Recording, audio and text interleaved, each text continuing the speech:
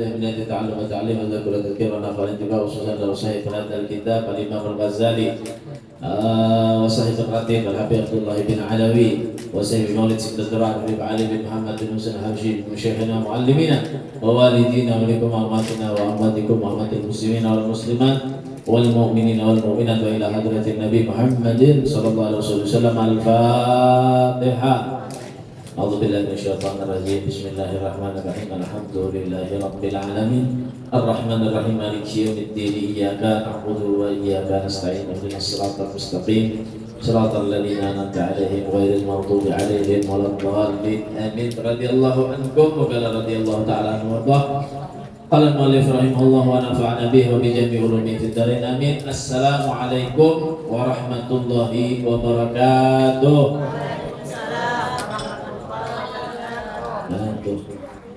Ulun lihat nih pinanya mengantuk banyak lagi. Masya Allah. Bapak-bapak, ibu-ibu, hadirin jamaah majelis Miftahul Jannah yang dirahmati oleh Allah Subhanahu wa taala. Alhamdulillah kita panjatkan puji syukur kehadirat Allah Subhanahu wa taala pada kesempatan kali ini kembali dapat kita berkumpul bersama di majelis yang mudah-mudahan kumpulnya kita di tempat ini menjadi turunnya keberkahan dan rahmat dari Allah Subhanahu wa taala. Mudah-mudahan dijadikan oleh Allah hamba-hamba yang istiqamah untuk selalu melakukan kebaikan, ketaatan ibadah kepada Allah Subhanahu wa taala. Amin. Allahumma amin. Hadirin wal hadirat yang dirahmati oleh Allah. Nah, kita sudah berada tidak terasa di tahun 2025 ya. Nah, berarti itu apa ya? Dunia ini sudah menua ya. Begitu juga dengan mereka-mereka yang ada di dalamnya.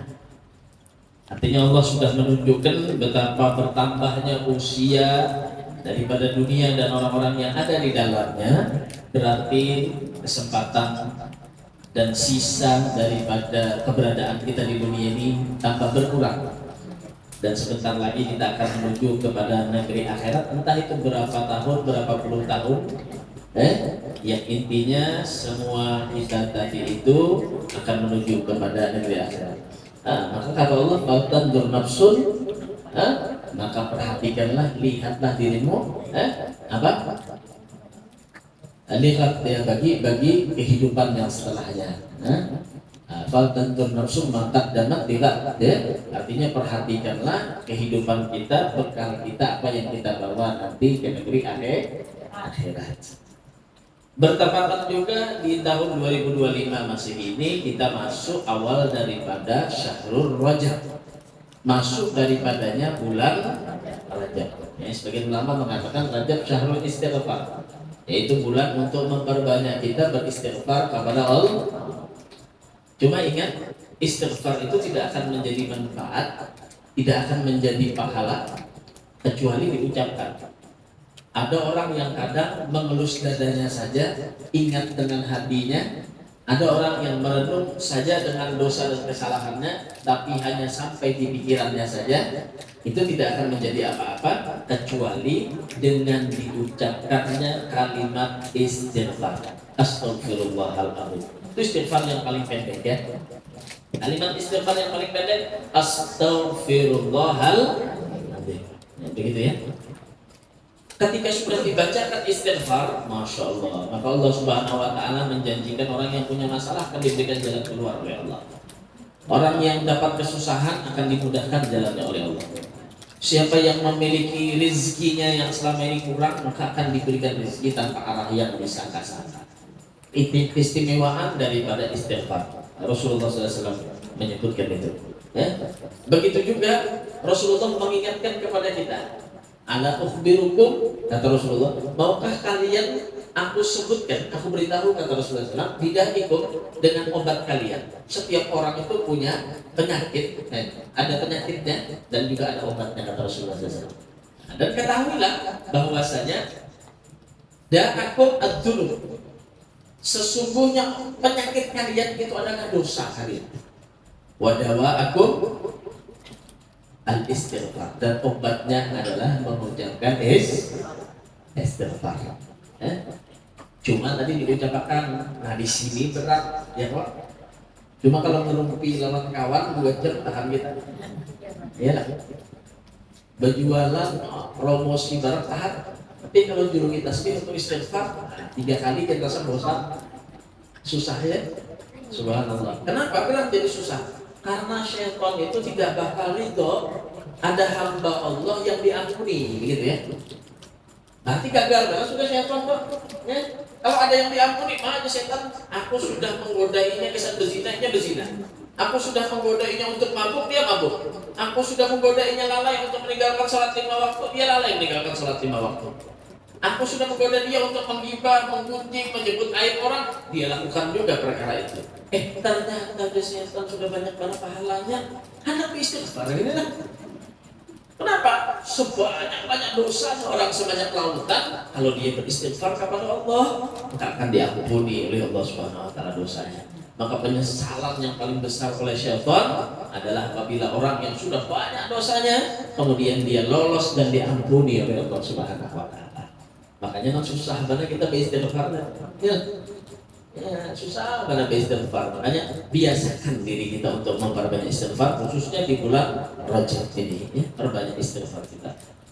Sepaling tidaknya bila Anda kurikulum, sepaling tidaknya bila Anda perpanjang matamu sudah beristighfar, meminta ampun kepada Allah Subhanahu. Godaan setan ke setan, jangan beristighfar, kena gitu dulu, isuk kena tagawi pulang. Ya, gawian syaitan itu menunda-nunda untuk kita meminta ampunan kepada Allah Subhanahu wa taala. Walaupun kita terjerumus kepada hal atau dosa dan kesalahan yang terus-menerus, maka jangan kita menunda-nunda dan bosan-bosan meminta ampunan kepada Allah Subhanahu wa taala. Nah, jadi ini di bulan Rajab begitu juga dengan peristiwa-peristiwa yang ada di bulan Rajab, di antaranya peristiwa Isra wal Mi'raj Nabi kita Muhammadin sallallahu alaihi wa alihi wasallam di bulan Rajab ini. Walhasil diperbanyaklah di bulan Rajab ini kita meminta ampun kepada Allah Subhanahu wa taala, menyesali daripada segala kesalahan dosa yang pernah kita kerjakan sengaja atau tidak disengaja. Begitu juga kalau kita sudah menjadi orang yang pernah taat lawan Allah tapi masih kurang. Kewajibannya sholatnya maghrib isya doang, subuhnya kadang bolong-bolong. Nah, maka dengan momen tahun baru, begitu juga dengan bulan Rajab, perbaikilah amalan ibadah kita yang kurang tadi hadirin hadirat. Kalau misalkan kita sudah baik ibadahnya, maka tingkatkanlah lagi menjadi amal yang lebih baik lagi di hadapan Allah Subhanahu wa taala. Mudah-mudahan Allah Subhanahu wa taala meridhoi kita, memudahkan kita, memberi taufik dan hidayah kepada kita untuk bisa melakukan ketaatan dan meninggalkan kemaksiatan dan dosa kepada Allah Subhanahu wa taala. Amin Allahumma amin Allahumma amin. Kembali kita akan membaca kitab daripada Ayyuhal Walad. Kemarin kita terangkan di halaman 31 di bawah itu. Mungkin kita terangkan lagi sedikit bahwasanya kata Imam Ghazali sangat pentingnya ilmu. Nah, kemarin kan beliau menerangkan sangat pentingnya ilmu, ya. Tapi ilmu pun buahnya dengan amal. Amal pun tidak akan menjadi buah kebaikan bagi kita kalau hanya amal saja tapi tidak berlandaskan 2 perkara. Apa 2 perkara? Pertama, harus amal itu, ilmu itu sesuai dengan syariat. Pertama ya, harus sesuai dengan syariat. Sudah belajar hukum sholat apa semua rukun syarat dan semacamnya terpenuhi, tapi harus sesuai syariat untuk mengerjakannya sholat ini. Tanya, ini kada tahu haid sembahyang juga, sesuai syariat lah. Ada haram nanti sembahyangnya. Tahu? Puasa ahli puasa terus, kurang hari raya aja puasa juga. Salah puasanya. Haram jadinya maksiat deh. Begitu juga daripada amalan-amalan yang lainnya. Sholat, puasa. Banyak lagi daripada amalan-amalan yang harus tidak hanya berlandasan dengan ilmu dan dengan amal yang bisa diraih, tapi harus dengan sesuai syariat, sesuai dengan aturan yang dibawa oleh Rasulullah SAW. Hobi mengaji hobi, suara bagus, membaca Al-Quran hobi tadi. Ada tahu di tempat, kita tahu di waktu. Junub itu memegang Al-Quran juga, membaca Al-Quran, padahal posisi keadaan junub misalkan atau lagi haid. Apa yang dia baca? Apakah dapat pahala tiap hurufnya? Enggak, diganti dengan dosa. Atau di tempat yang tidak layak membaca Al-Quran, membuka Al-Quran di kamar mandi, di WC misalkan tidak layak, maka akan menjadi perkara yang haram. Jadi ilmu itu akan menjadi dua dengan amal, dan amal akan menjadi dua. Pertama dengan mutabatu syari, sesuai dengan apa yang diajarkan syariat. Yang kedua akan menjadi amal itu diterima oleh Allah dan menjadi buah yang baik apabila tidak hanya dengan zahirnya saja, tapi disertai dengan batinnya. Artinya benar tujuannya kepada Allah. Ya kemarin ikhlas, ya. Apalagi meninggalkan sifat-sifat riya, meninggalkan sifat ujub kemarin ya. Jadi harus dia tadi itu benar-benar niatnya melakukan amal itu tidak hanya sekedar zahir saja, tapi harus benar-benar niatnya tadi kepada Allah Subhanahu wa taala. Nah, kata Imam Ghazali kemarin kalian bertanya tentang ikhlas, kalian bertanya tentang riya, bertanya tentang tawakal, ya. Kemudian dijawab semua sama Imam Ghazali. Bertanya tentang istiqamah, apa itu makna istiqamah? Makna istiqamah itu apa? Mendahulukan kehendak Allah, ridha Allah daripada ridha diri sendiri. Nah begitu ya. Susah kada bangun tengah malam untuk salat tahajud? Susah ya? Nah, pengamalannya susah, mengucapkannya gampang. Pengamalannya sangat susah, hadirin berhadirat. Bangun tengah malam untuk salat tahajud, begitu ya. Tapi dia kalahkan. Padahal nyaman guring, kesenangan guring dari nyaman dari dikalahkannya demi dia tadi itu mendapatkan ridha Allah. Dia bangun tetap mengambil air wudhu, sholat 2 rakaat. Istiqomah itu adalah istiqomah, mengalahkan kebaikan kesenangan dirinya demi menggapai kesenangan dan ridha dari Allah Subhanahu wa taala. Begitu ya. Padahal kolera ya. Padahal malas beristighfar, baca salawat, hadir majelis dan yang lain boleh.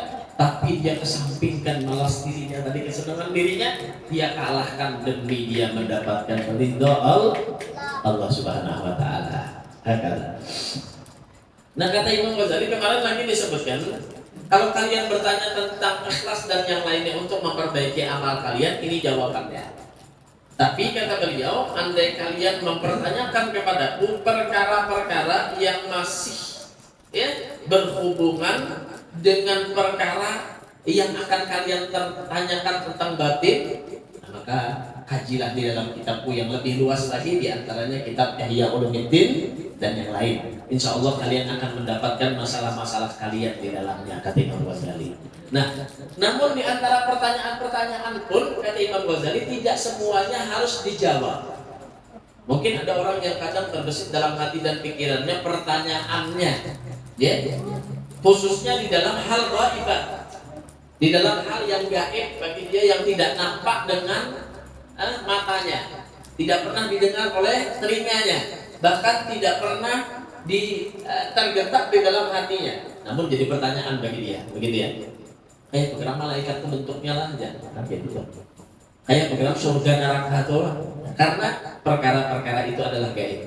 Kata Imam Ghazali, nah perkara-perkara itu, pertanyaan-pertanyaan itu tidak perlu disampaikan dan tidak perlu dijawab, bahkan tidak perlu dituliskan. Kenapa? Karena bisa berakibat haram, kata dia. Kenapa? Karena orang tidak mungkin bisa mengerti dan memahaminya.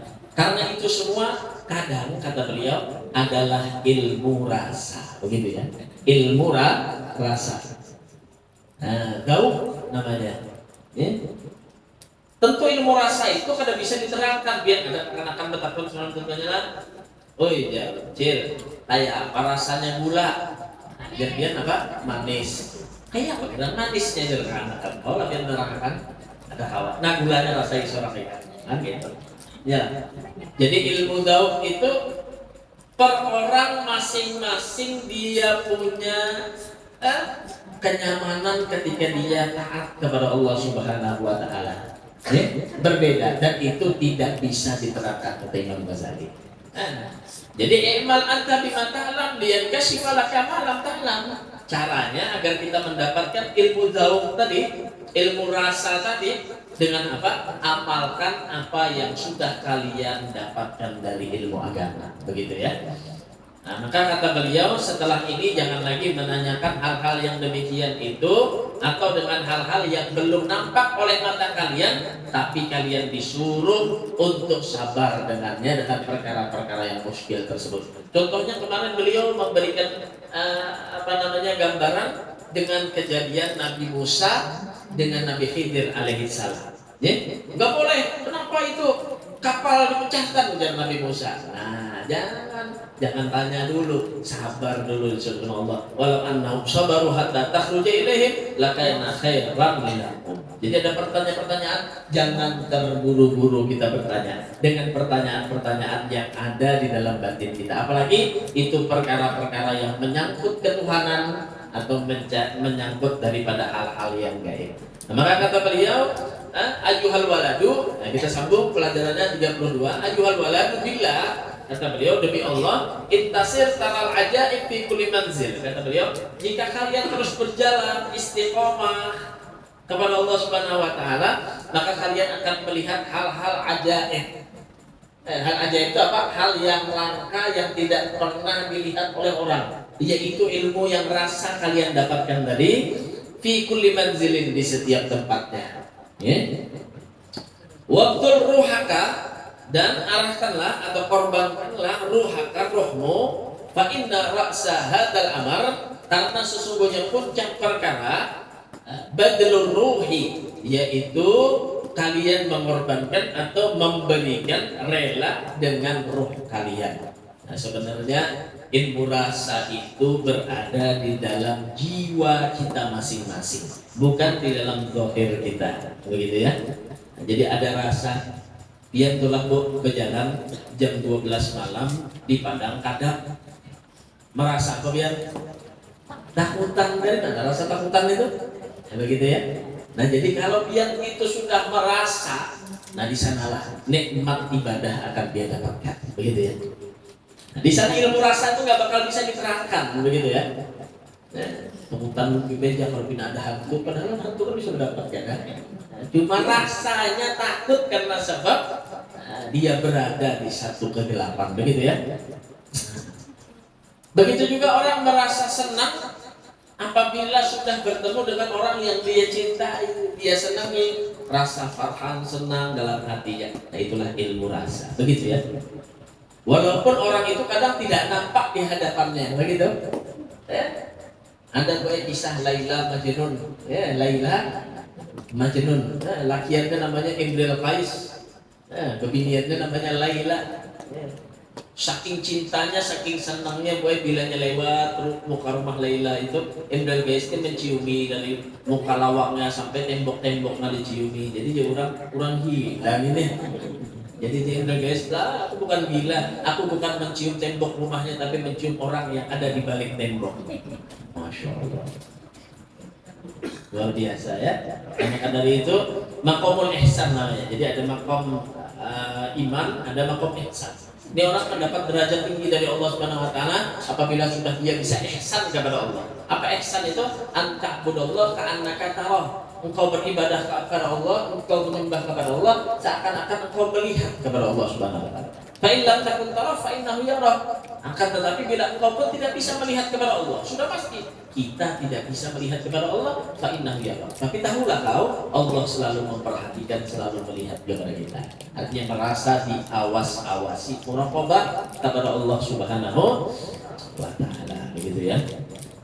Kama qala Dhunnun al-Misri rahimahullah taala di ahadi talamidhi, sebagaimana yang dikatakan oleh ulama Dhunnun kepada salah satu muridnya, in qadarta ala badhirru fata'al wa illa fala tashtagil bitruhafa turraha tisufiyah. Maka kata Dhunnun mengatakan kepada salah satu muridnya, di antaranya, jika kamu mampu untuk mengorbankan nyawa maka kemarilah atau bertasawuf. In qadarta ala badhirru fata'al, kemarilah. Artinya kalau kau tuh hawa sudah menundukkan ruh, kau menundukkan jiwa, batiniyah kita, ruhaniyah kita, maka silahkan. Hendak mengaku atau belajar tasawuf, hendak menjadi sufi, silahkan. Tapi wa illa jika tidak, fala tashtagil. Jangan sibuk kalian tadi itu dengan aktivitas meniru-niru orang sufi. Nah ini yang banyak terjadi sekarang. Jadi disufi-sufikan atau dia tadi menganggap hal-hal yang dia sebutkan itu seperti orang yang dekat kepada Allah Subhanahu wa taala, padahal isinya nol, enggak ada apa-apanya. Nah, jadi kata Imam Ghazali, ilmu, amal, kemudian jalan terus dengan istiqamah, kalian akan dibuka nanti pintu itu oleh Allah Subhanahu wa taala. Kapan saatnya kalian sabar, jangan menuntut kepada Allah, jangan bertanya kepada syekh dan yang lainnya, tapi sabar, jalan terus, pintu itu akan dibuka oleh Allah Subhanahu wa taala dengan kebesaran jiwa rohani kita yang terus baik, terus mantap kepada Allah Subhanahu wa taala. Begitu ya. Sampai seperti Imam Ali karamallahu wajhah, dia mengatakan, seandainya nampak bagiku Allah Subhanahu wa taala di hadapanku, maka tidak akan bertambah sedikit pun keyakinanku. Coba bayangkan. Kita dimulai beribadah lawan Allah, menyembah.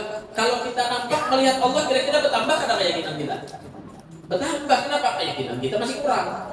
Ujar Sayyidina Ali, sekalipun Allah itu nampak, aku lihat, keyakinanku tidak akan bertambah. Artinya sudah pol keyakinannya kepada Allah Subhanahu wa taala. Ya, cara mengisi keyakinan, nah begitu ya. Beramal, berilmu, beramal, terus istiqomah, berjalan dengan itu semua, sabar, dan akan dibukakan jalan oleh Allah Subhanahu wa taala. Semuanya biar lihat sejarah para rasul, para nabi, para aulia, begitu ya.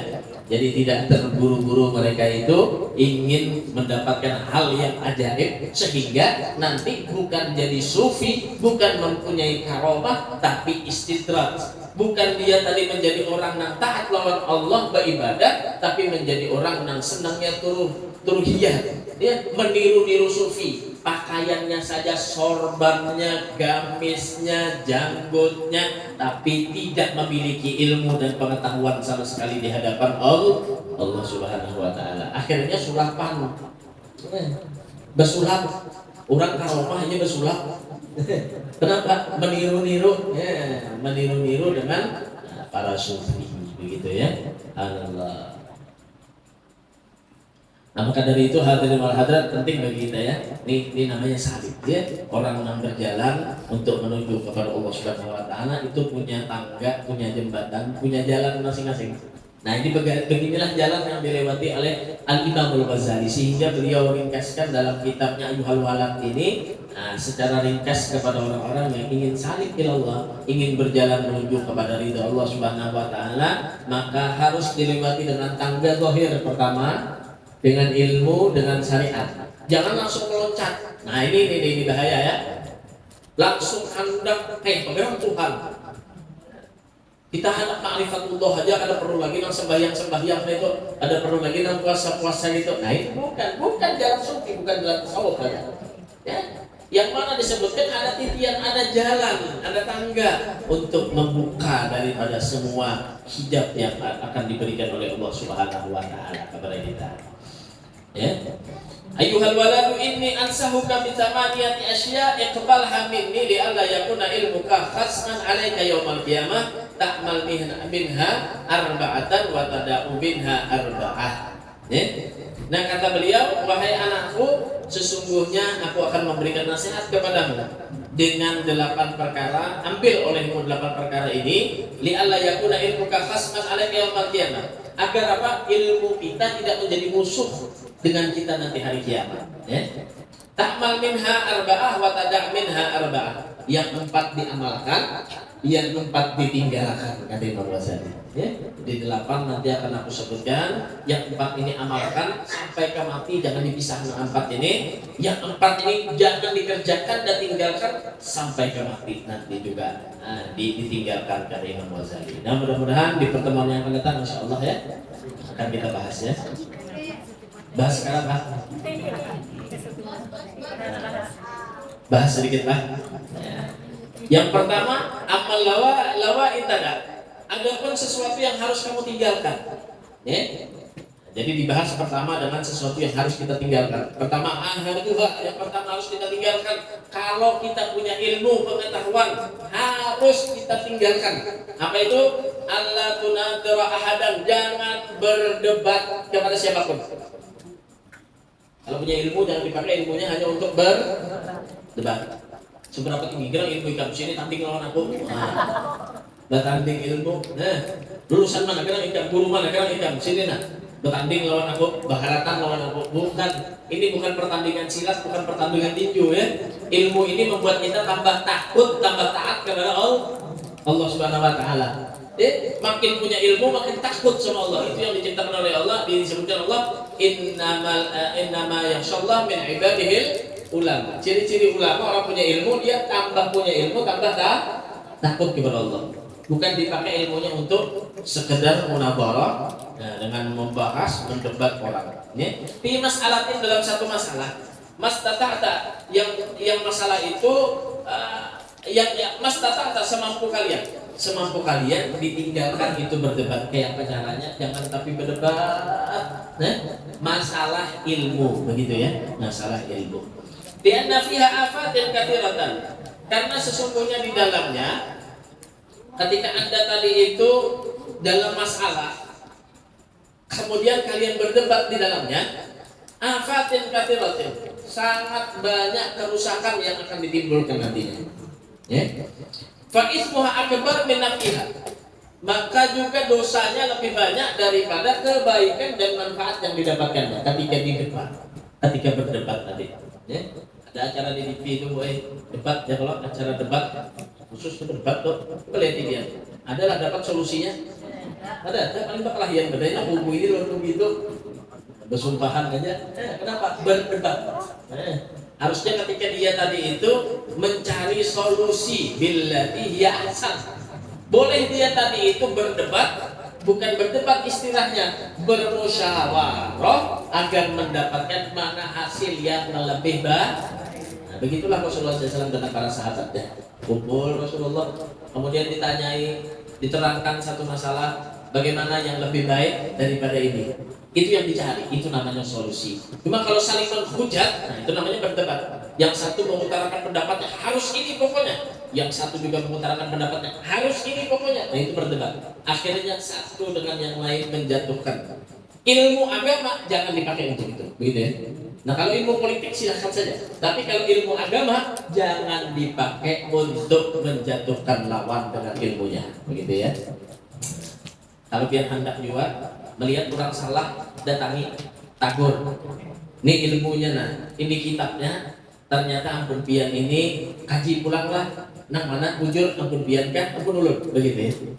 Jangan melihat orang salah, pasang status atau pasang video mengomentari si Fulan bin Fulan, kini menjelekkan, menjatuhkan ini. Itu nggak perlu. Akhirnya apa? Terjadilah ujungnya nanti berdebat satu dengan yang lain, menjatuhkan, membawa ilmu yang dibawa oleh Rasulullah SAW. Rasulullah nggak pernah mengajarkan macam itu. Rasulullah nggak pernah mengajarkan, dan insya Allah Rasulullah nggak pernah ridho kalau ilmu yang diajarkan dipakai hanya untuk berdebat, menjatuhkan satu dengan yang lainnya. Hindari yang ilmu tadi. Nah inilah yang paling besar ujian orang yang bisa ilmu itu menjadi Imam Ghazali. Orang bisa ilmu itu merasa lalu ini apa harapnya. Nah karena apa? Inya merasa berisi ilmu. Lalu apapun orang salah lalu sedikit-sedikit mendebat, masalah sedikit kecil didebat, begitulah. Nah itu madharatnya sangat besar kata Imam Ghazali daripada manfaat yang akan didapatnya nanti. In hiya manba'u kulli khuluqin damin karya. Karena itu semua adalah wadah atau awal mula nanti akan menjadi akhlak yang tercela bagi orang tersebut. Seperti apa karya? Dia minta pandang sama orang. Ini orang Arab deh. Ini orang alim deh. Wal hasad, dan timbul hasud nantinya. Iri, dengki kepada orang. Masa iya? Maka lebih ilmu itu didebat deh. Nah, harap aku kalau mereka karena hasud, wal kibir, dan sombong, merasa diri lebih daripada orang lain. Tidak kurangkah contoh dari Allah Subhanahu wa taala iblis dengan ilmunya menjadi makhluk yang terlaknat di hadapan Allah Subhanahu wa taala karena satu perkataan yang dia dengan kesombongannya mengatakan ana khairun minhu, saya lebih baik daripada Adam. Sombong. Khalaqtani min nar wa khalaqtahu min tin. Saya diciptakan dari api, Adam diciptakan dari. Nah, begitu ya. Jadi tidak ada dengan ilmu itu akan menyebabkan sombong, hasad, ria. Maka akan menjadi musuh nanti ilmunya dari Imam Ghazali. Di hari kiamat bukan menjadi penyelamat tapi akan menjadi musuh bagi orang yang punya ilmu tersebut. Wal hikid sama ya. Menjadi sombong, dendam, dengki, ria, wal adawah, permusuhan yang adanya menyebabkan jadi permusuhan, wal mubahah dan pembanggaan diri, bangga diri karena berisi ilmu, wa ghairiha dan yang lain sebagainya. Nah, jadi kalau kita berisi ilmu, pakai ilmu itu untuk kita mendekatkan diri kepada Allah. Begitu juga kalau kita mampu untuk mengajarkan, ajarkan kepada orang sehingga amal pahala jariah itu terus bersambung kepada kita sampai kita meninggalkan dunia yang fana ini menuju kepada negeri akhirat. Jangan dipakai untuk debat-debat. Gak ada manfaatnya. Naam, law waqa masalah bainaka wa baina syaksin aw qaumin. Nah, kata Imam Ghazali, seandainya terjadi ada permasalahan yang memang ada di antaramu dan di antara seseorang atau di antara satu kelompok orang, ya, berbeda pendapat kalian. Kenapa? Ulun BPNU, situ Muhammadiyah aja, misalkan. Kan beda nih. Ulun BP dari ajaran ini, dari pesantren ini, lawan pesantren ini. Ulun lulusan ini dengan lulusan ini. Misalkan ada permasalahan yang berbeda. Contohnya apa? Yang baru-baru ini loh, mengucapkan selamat Natal hukumnya apa? Nah, ribut-ribut. Ujar sini boleh, ujar sini kada boleh. Kalau pertanyaan ulun, biasanya apa? Kenapa dia mengucap selamat Natal ini? Dan dia mengucap istighfar aja kada terbaca. Ya, begitu ya.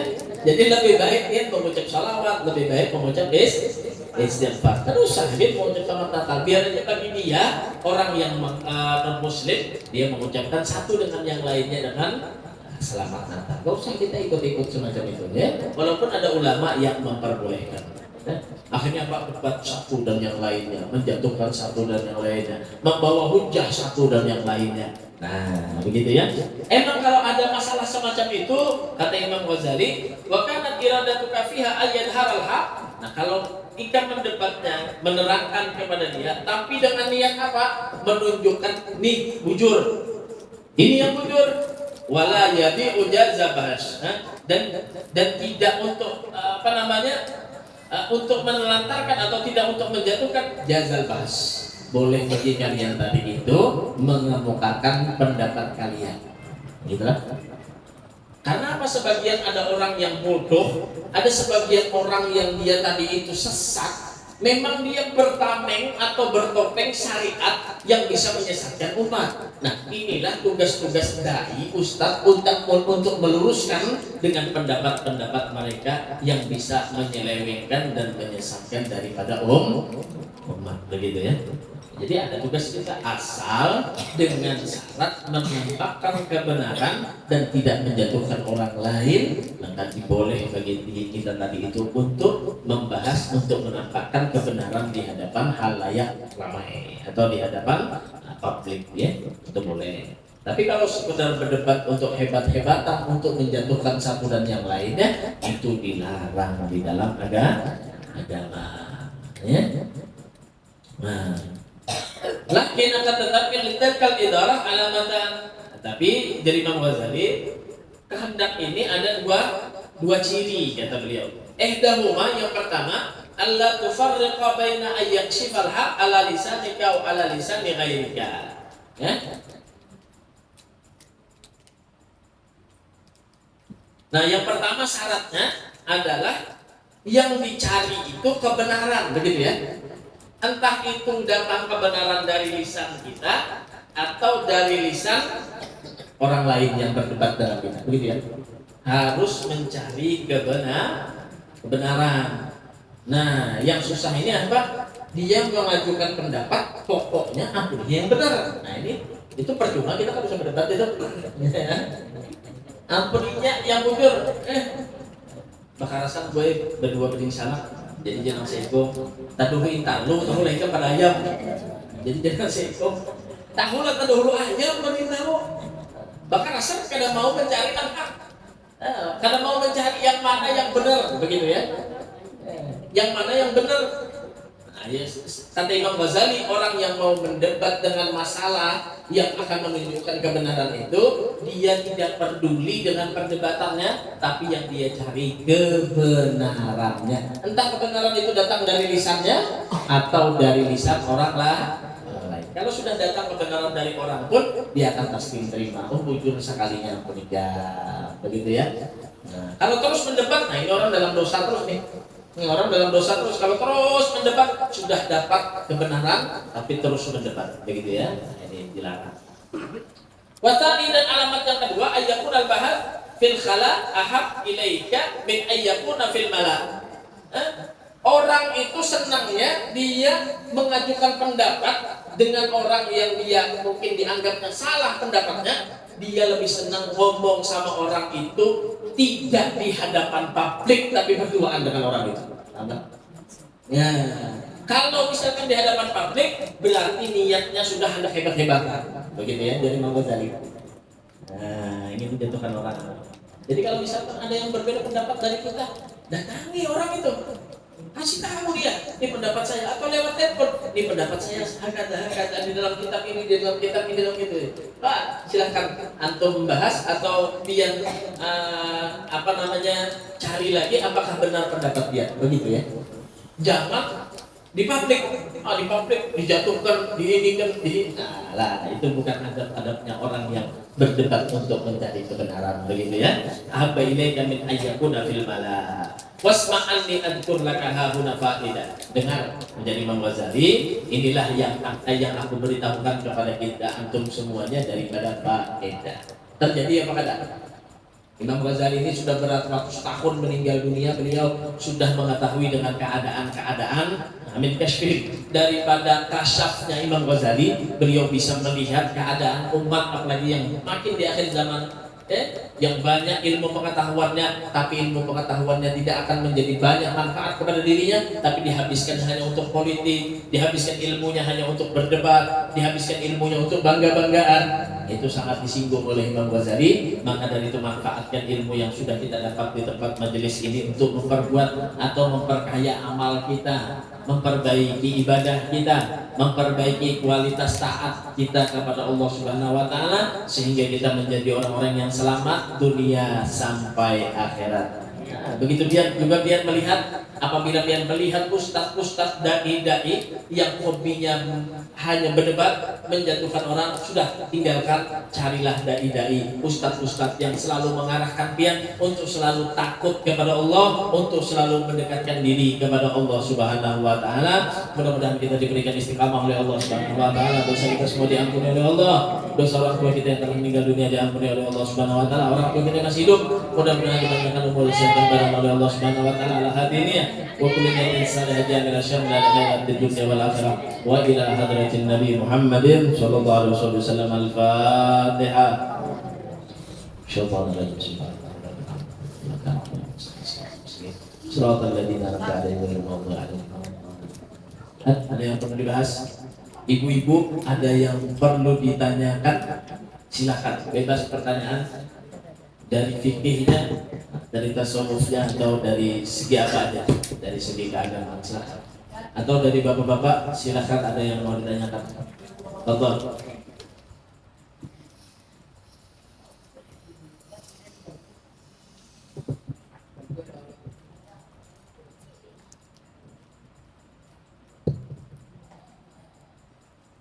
Assalamualaikum warahmatullahi wabarakatuh. Terima kasih. Alhamdulillah kita sudah membaca sampai di halaman 20. Dan sini tidak bisa saya lanjutkan, ada beberapa yang perlu saya tanyakan, yaitu pada halaman 20 diriwayatkan bahwa Imam Asy-Syibili rahimahullah telah mengabdi kepada 400 orang guru, ini sambungannya, dan beliau berkata, saya telah membaca 4.000 hadis, kemudian saya memilih dari hadis itu hanya satu hadis, dan saya pun mengamalkan satu hadis tersebut dan saya melepaskan diri dengan sesuatu hadis-hadis lainnya, karena bahwa saya telah merenungi hadis tersebut, lalu saya menemukan penyelamat diri saya dan keselamatan saya ada dalam satu hadis tersebut, dan adalah ilmu generasi awal dan generasi akhir seluruhnya masuk tercakup di dalam hadis tersebut, dan satu hadis tersebut maka saya merasa cukup dengannya. Dan satu hadis itu adalah bahwa Rasulullah pernah bersabda kepada sebahagian para sahabat,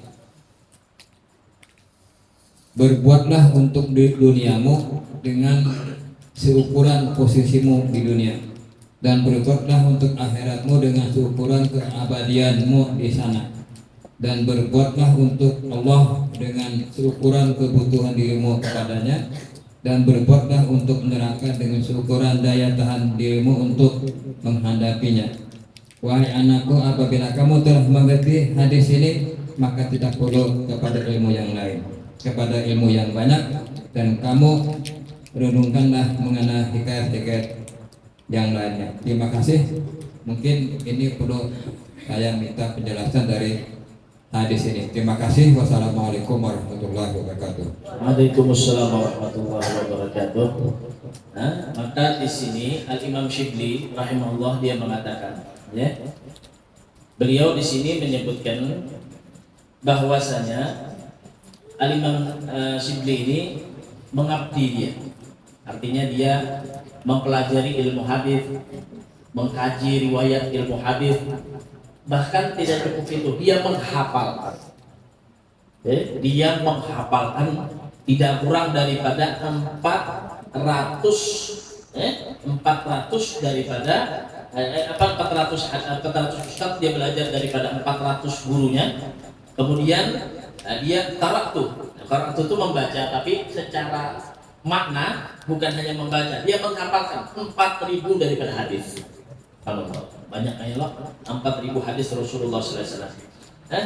Kemudian dia mengatakan di antara 4.000 hadis itu, nah ini adalah satu gambaran kepada Imam Syibli yang berikan kepada kita. Artinya tidak semua ilmu pengetahuan itu bisa kita ambil dan kita amalkan. Begitu ya. Kesusahan bagi kita nantinya. Ya.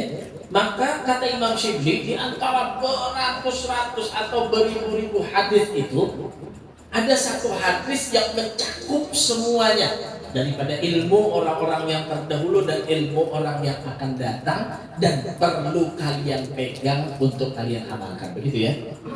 Nah, jadi saku dibawa di saku terus. Ya, dibawa di saku terus. Ya.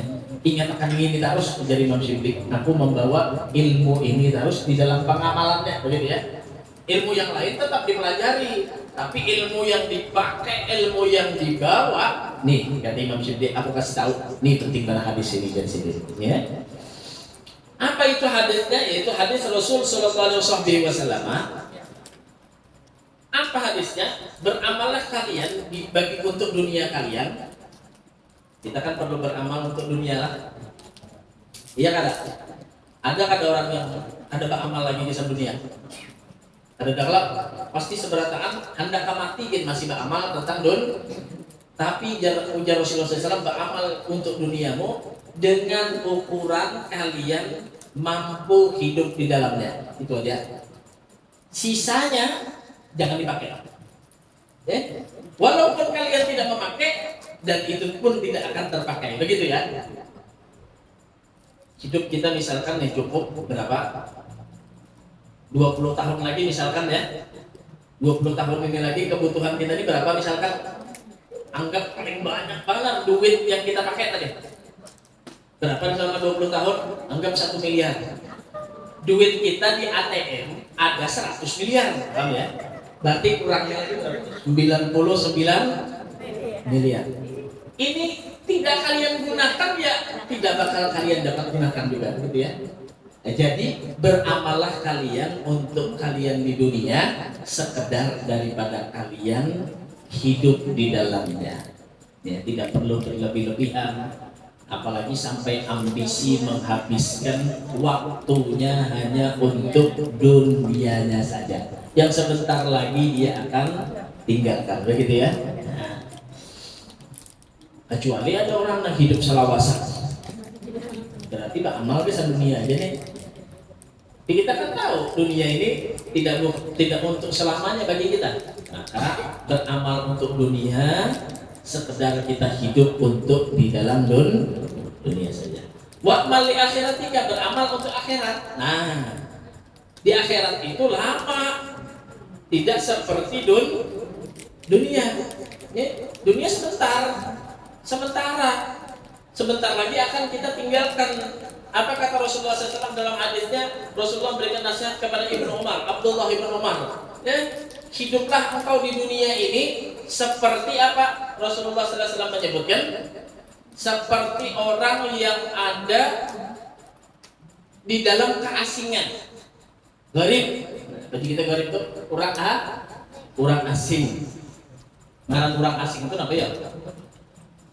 Orang asing. Kaulah belawasan hidup. Kaulah belawasan tinggal. Agak kawan di Mesir orang dia lah. Pian di KTP pian lah Banjarmasin 3 tahun pian bagana di Jakarta situ tanpa pian mengurus daripada KTP pian dengan pekerjaan semacamnya, ketahuannya diberikannya. Apalagi pian ke luar negeri, coba pianlah berangkat, ada bisi visa, ada bisi paspor, hendak berangkat aja di muka bandara sudah dibilang berapa. Apalagi sampai di sana ketinggalan, hilang visa paspornya, deportasi diberikan.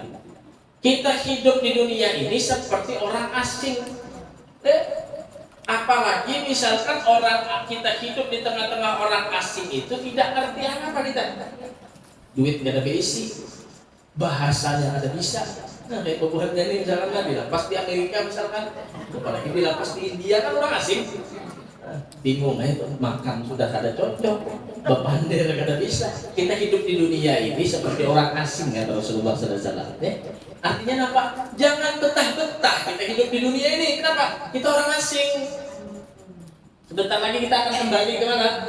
Hadapan Allah Subhanahu wa Ta'ala, yang itu di negeri kekal, kita di negeri akhir. Jangan sanggup-sanggup kita hidup di dunia. Sebentar lagi ada lawas lagi, tak kumpulan di akhirat pulang kanan. Nah, apa bekal kita di akhirat? Ya, maka beramallah kalian dengan akhirat kalian, dengan seukuran kalian akan kekal di dalamnya. Apakah cukup hanya dengan sholat 5 waktu saja? Apakah hanya cukup dengan ibadah sedekah kita yang seadanya? Apakah dengan hadir kita di majelis taklim dengan seadanya? Nah, jadi kuat-kuat kita di negeri akhirat, banyak-banyak bekal kita. Nah, di sini juga dalam hadis Rasulullah SAW yang lain, Rasulullah mengatakanlah, ingat ini 3 perkara kata Rasulullah yang tidak akan putus walaupun orang yang meninggal dunia. Nah, ini yang perlu perhatian mana bagi kita. Kalau sembahyang kita mati, kawal lagi sembahyang. Puasa kita meninggal, kawal lagi puasa. Gak bisa. Tapi 3 perkara ini jadikan di dalam hidup kalian sehingga amal ibadah kalian tidak terputus. Yang pertama, ilmun yuntafa'u bih, ilmu yang bermanfaat, kada bakal putus walaupun orangnya sudah meninggal dunia. Contohnya siapa? Banyak guru kita, abang guru sepuh meninggal sih, orang membacakan doa apa ini semacamnya, dan ilmunya bermanfaat, diajarkan lagi kepada murid-muridnya dan yang lainnya. Begitu ya, ini kada bakal putus walaupun orangnya sudah meninggal. Makanya orang alim itu yang ilmunya bermanfaat, ya, meninggalnya seperti masih hidup. Tapi kalau orang jahil yang kada bermanfaat, itu hidupnya sudah seperti orang mati, apalagi matinya. Allah, maka perlu kita perhatikan ilmu yang bermanfaat bagi kita. Dapatkan dulu ganti ilmunya, kemudian ajarkan kepada yang lainnya, begitu ya. Ini ilmu yang bermanfaat. Kemudian yang kedua, waladun soleh yadullah. Ulun kena kau jadi orang alim sudah ya. Nah, jangan ikan aja. Anak dididik jadi orang alim, orang soleh, sehingga apa? Dia akan mendoakan kepada orang tuanya, gitu ya. Kemudian yang ketiga adalah Karena kalau ulun bebeja jadi orang alim, anak ya kadang soleh, kadang ada, kadang solehah, kadang ada juga. Nah, kayak Pak, ulun bisi duit tapi bebe. Nah, duit kita manfaatkan untuk menjadi amal jariyah. Menyumbang di masjid, di musola, di pesantren, membantu orang-orang yang membutuhkan di antara kaum muslimin. Nah, ini adalah amal jariyah yang terus akan berjalan sampai walaupun kita sudah meninggalkan dunia kita. Nah, itulah beramal kita bagi negeri akhirat semampu kita bertempat tinggal di negeri akhirat nanti. Wa'mal lillah, dan beramallah karena Allah Subhanahu wa taala biqadri hajatika ilaih. Kenapa? Karena memang kita membutuhkan kepada Allah. Ada orang yang hidup di dunia tidak membutuhkan kepada Allah? Enggak ada, karena Allah yang memberikan kehidupan dan Allah juga yang akan memberikan kematian. Allah yang memberikan kesehatan, Allah juga yang akan memberi sakit. Allah Subhanahu wa taala yang memberikan keberuntungan dan Allah juga akan yang menjadikan kecelakaan. Maka ketika kita sudah mengetahui itu, beramal karena Allah Subhanahu wa taala, karena kita membutuhkan kepada Allah Subhanahu wa taala. Jadi guru sekumpul ada menyambut sini, iyyaka na'budu wa iyyaka minta, artinya aku menyembah kepadamu dan aku juga meminta pertolongan kepadamu. Amalkan itu, ya, menyembah lawan Allah, minta pertolongan lawan Allah. Jadi jangan iyyaka na'budu wa partai nasta'in. Ya, jadi lah. Menyembah aja lawan Allah, gimana minta tolong lawan partai. Menyembah aja lawan Allah, cuma minta tolong lawan dukun, minta tolong lawan yang lain. Amalkan beribadah lawan Allah dan minta tolong pun kepada Allah. Artinya hajat kita semuanya kepada Allah. Wa'mal linnar, dan beramallah untuk apa? Terhindar, artinya daripada api neraka, begitu ya. Biqadri sabrika alaihi, dengan ukuran sabarnya kalian di dalamnya. Artinya kawalah kita dibakar tangan aja, coba tangan kita, ya, ambil kulitnya, ambil mancis, bakar 5 menit tahan, 10 menit, setengah jam. Ada pimpin yang tahan bakarnya, ayo bang tahan 3 hari, 4 hari bakar, tahan. Orang meninggalkan satu sholat itu 500 tahun dalam neraka dibakar. Tahan nggak dia? 500 tahun dibakar, tahan kira? Jangan coba-coba meninggalkan sholat 5 waktu. Nah, begitu ya. Jadi beramal untuk yang takut di neraka, sekedar ukuran apa? Sekedar ukuran yang takut atau sabar dengan panasnya api neraka jahanam. Ya, orang yang masuk neraka itu sudah ditakdir masuk neraka 500 tahun perjalanan belum masuk neraka. Orang ini ditakdir sudah masuk neraka, tapi belum ke nerakanya, belum di muka pintu neraka. 500 tahun lagi perjalanan, itu bumbunannya sudah menggurak panas. Panasnya di neraka dibandingkan lawan api Lamie lagi kalakat bermaksiat deh. Lamie masih lupa lawan Allah, kada taat lawan Allah, meninggalkan sholat lagi Lamie di dunia. Sebentar lagi dia akan meninggal. Buktikan janji Allah Subhanahu wa taala, yang Allah Subhanahu wa taala akan memberikan adabnya kepada orang yang melanggar dan durhaka kepada Allah Subhanahu wa taala. Mudah-mudahan kita diberikan keselamatan oleh Allah. Ya, mudah-mudahan Allah Subhanahu wa taala mentakdir kita sebagai ahli surga, orang-orang yang akan dimasukkan ke dalam oleh Allah Subhanahu wa taala ke dalam surganya Allah Subhanahu wa taala. Amin Allahumma amin Allahumma amin. Ada lagi yang ditanyakan? Apa sudah cukup? Sudah melengkapi. Bismillahirrahmanirrahim. Assalamualaikum warahmatullahi wabarakatuh. Hari ini Habib membuka drama yang begitu menakjubkan. Artinya memberikan gambaran keselamatan dunia maupun akhirat. Mungkin saya ingin memberikan sedikit analogi atau ilustrasi bahwa kita hidup di dunia ini sudah berumur kurang lebih 1450 tahun, tinggal 50 tahun. Besok atau lusa kita tidak ada. Jadi ibarat kita naik pesawat nih, boarding pass di tangan kita, dan kita waiting list. Apakah itu milik Bora, nanti Sriwijaya, kalau butuh kereta api gitu. Untuk yang baru lahirnya bisa meninggal, tapi sementara yang 100 tahun masih bisa bertahan. Nah, kira-kira itu yang digambarkan. Yang kedua masalah debat kusir tadi. Jadi ini ada satu cerita, ini seorang pedagang yang punya pasar, jualan sampailah di kandang ini, maaf lah kalau ada orang kandang sekedar contoh aja. Jadi kan orang lain, tolong si Anu jangan diutangi, kalau kamu utangi kan kedua aku bayar. Sudah diingatkan, oh ya ada apa-apa, aku ikhlas masalahnya bayar, itu urusannya kan. Utang kayaknya pertama 75.000, tapi minggu depannya bayarnya, yang kedua bayar pula, yang ketiga ya sampai sekitar 400-500, lalu ada bayar lagi.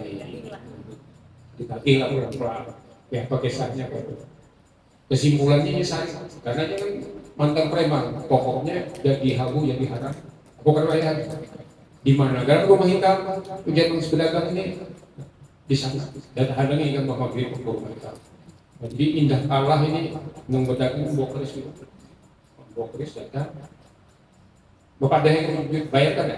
Aku kan bayar. Sekali lagi bayar kada, kada keris. Yang ketiga kali terakhir bayar kada. Aku kada bayar, kamu kayak itu hilang gitu ya. Ini diberi contoh ini, artinya kada perlu berdebat. Ini kada mengarasi lagi, kamu nih kamu terbayar ini, bilang kamu itu ambil lekat, aja pindah. Assalamualaikum warahmatullahi wabarakatuh.